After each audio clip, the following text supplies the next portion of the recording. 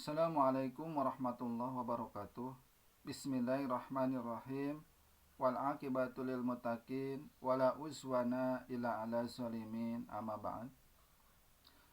Hadirin kaum muslimin rahimakumullah. Dina surat Al-Imran ayat 135 dugi ka 136. A'udzu billahi minasyaitonir rajim. Bismillahirrahmanirrahim. Walladzina idza fa'alu fahisatan aw zalamu anfusahum zakarallah wa may yaghfiru dzunuba illallah wa lam yasiru ala ma fa'alu wa hum ya'lamun ulaika jazaohum maghfiratun mir rabbihim wa jannatun tajri min tahtial anharu khalidina fiha wa ni'mal ajrul amilin. Anu hartosna wallahu alam. Waladina idza fa'alu fahisyah jeung pirang-pirang jalma di mana migawe dosa anu gede.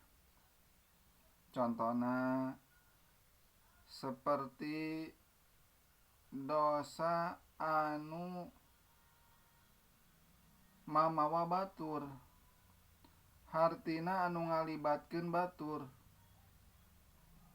Manehna migawe dosa, batur ge migawe dosa. Terlibat batur dina dirina atawa contona seperti migawe jinah. Tah ieu dosa anu gede. Memang dosa aya nu leuwih gede nyaeta dosa syirik, tetapi dosa dina zina ge eta dosa gede. Aw zalamu anfusahum atawa zalim kana dirina. Zalim kana dirina ge eta hiji dosa. Atawa sakur-sakur anu ngajadikeun dosa keur dirina, sakur-sakur kagorengan, contona seperti minuman keras, mabok-mabokan, atawa judi, atawa ngagambar dina awak. Sagala rupa anu ngarugikeun dirina eta kaasup dosa.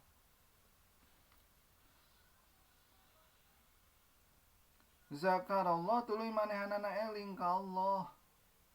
Wa may yaghfiru dzunuba illallah jeung teu aya deui anu ngahampura kana dosa mah kecuali Allah.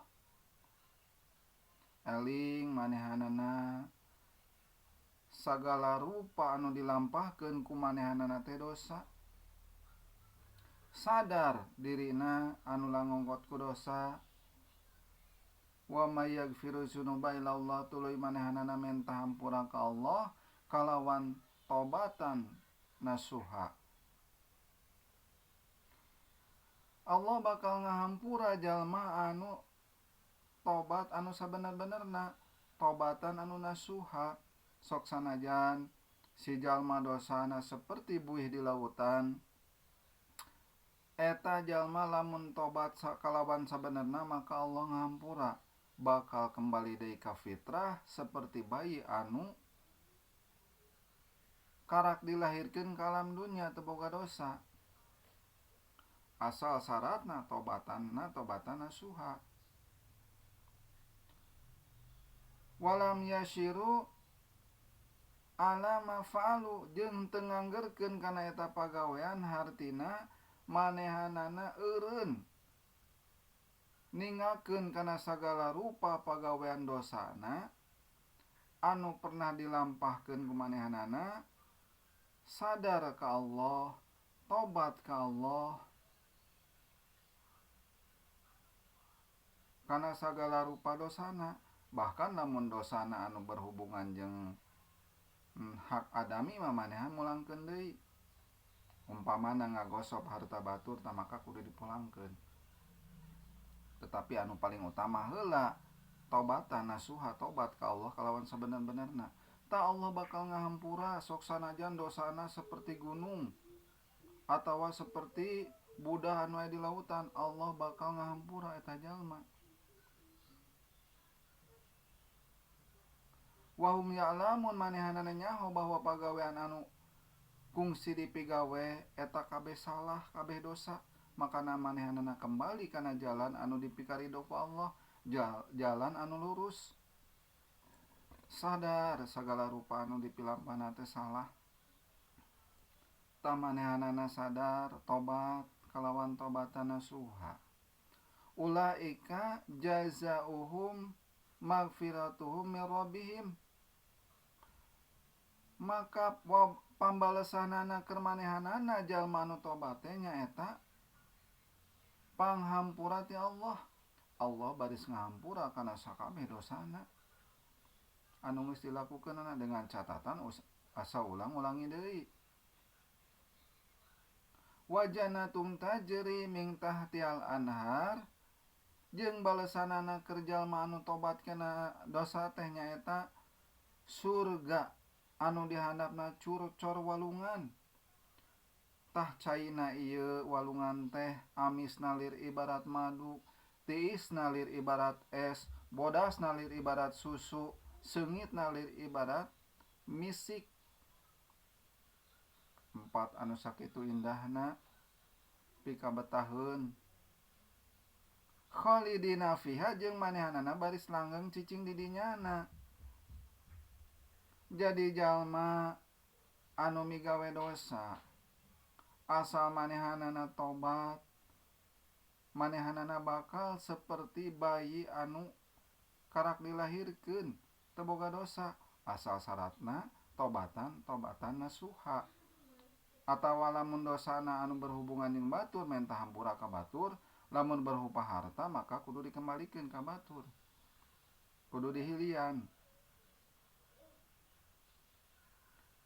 Sabab pada dasarna mah jalma mah pasti pernah ngalakukeun dosa. Sabab bener wae lain malaikat, salah wae ge lain setan. Nu penting boga kasadaran si jalma bahwasana jalma teh dibere pemikiran akal anu sehat, akal anu sampurna, maka kudu bisa milih eta jalma kana jalan anu dipikaridho ku Allah.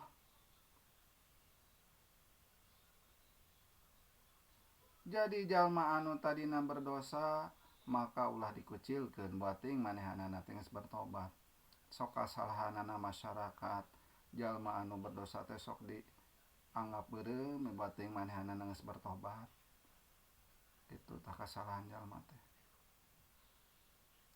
Jadi di lebah dieu urang kudu memaklumi kana dosa batur kecuali sehingga mun manehanana daek bertobat, tetapi keur diri urang kudu maksimal, kudu bener-bener milih jalan anu dipikaridho ku Allah. Jadi bahasa bijaksana teh lain keur diri tapi keur batur. Keur diri mah urang kudu milih jalan anu maksimal, jalan anu bener-bener lurus, jalan anu dipikaridho ku Allah. Tetapi kudu boga emutan bahwasana setiap jelma eta pasti pernah ngalakukeun dosa. Nu penting manehanana daek tobat, daek kembali deui ka Allah kana jalan anu dipikaridho ku Allah. Sami seperti misalnya orang kafir anu lebet Islam, sami manehanana ge seperti bayi anu karak dilahirkeun teu boga dosa. Tah ku kituna jalma anu loba dosa tong hariwang, sok sanajan dosa loba seperti gunung, seperti budah lautan, tapi panghampura Allah jauh lebih gede. Panghampura Allah, rahmat Allah eta leuwih gede tibatan dosa anu geus dilakukeun. Wallahu a'lam bishawab. Muga aya manfaatna. Billahi taufiq wal hidayah. Wassalamualaikum warahmatullahi wabarakatuh.